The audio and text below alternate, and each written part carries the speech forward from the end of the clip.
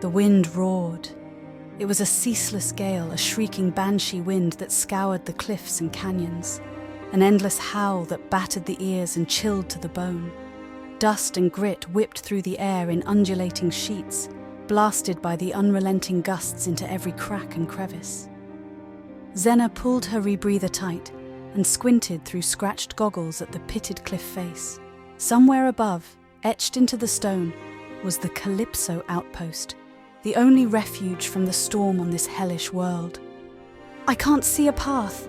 Are you sure this is the right way?" Kiva's voice crackled over the comm, nearly drowned by the wind. "The beacon is coming from that direction. It has to be." "We'll never make it. We should go back to the lander, wait it out." "We can't. The atmosphere is turning, carbon dioxide levels are spiking, our rebreathers will max out in a few hours. We have to reach shelter." Xena started up the gravelly slope, her boots struggling for purchase. Pebbles skittered away beneath her feet. The buffeting winds threatened to pluck her off the mountainside. The only thing that kept her moving was the thought of the outpost, a sanctuary of breathable air and blessed silence. To be able to close a hatch on this roaring nightmare of a planet. An outcropping gave some respite from the wind. Xena hauled herself onto it with aching arms. Kiva crawled up beside her a moment later. Through tearing, dust-caked eyes, Xena saw a stripe of lurid orange zigzagging up the cliff. Not just mineral strata, but something vaguely plant-like. Lichen or fungus, perhaps. A fuzz of tendrils clinging to the rock. The only living thing they'd seen since crashing on this desolate ball of storms and stone. "Look," she pointed. Kiva followed her gaze and froze. Above the orange band, a cluster of bright purple pulsed. Quivering, gelatinous orbs clung to the cliff face.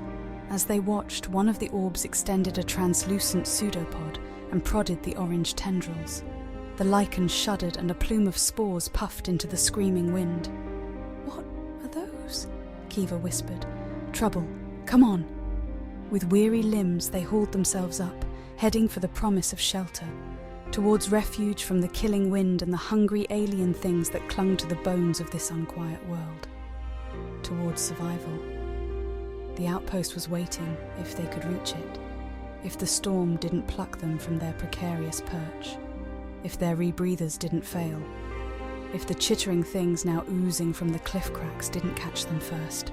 Step by onward step they climbed into the howl, into the sky of roiling dust, the only sounds their straining rebreathers and the eternal shriek of the wind. Thanks for watching. Please like and subscribe to support future content.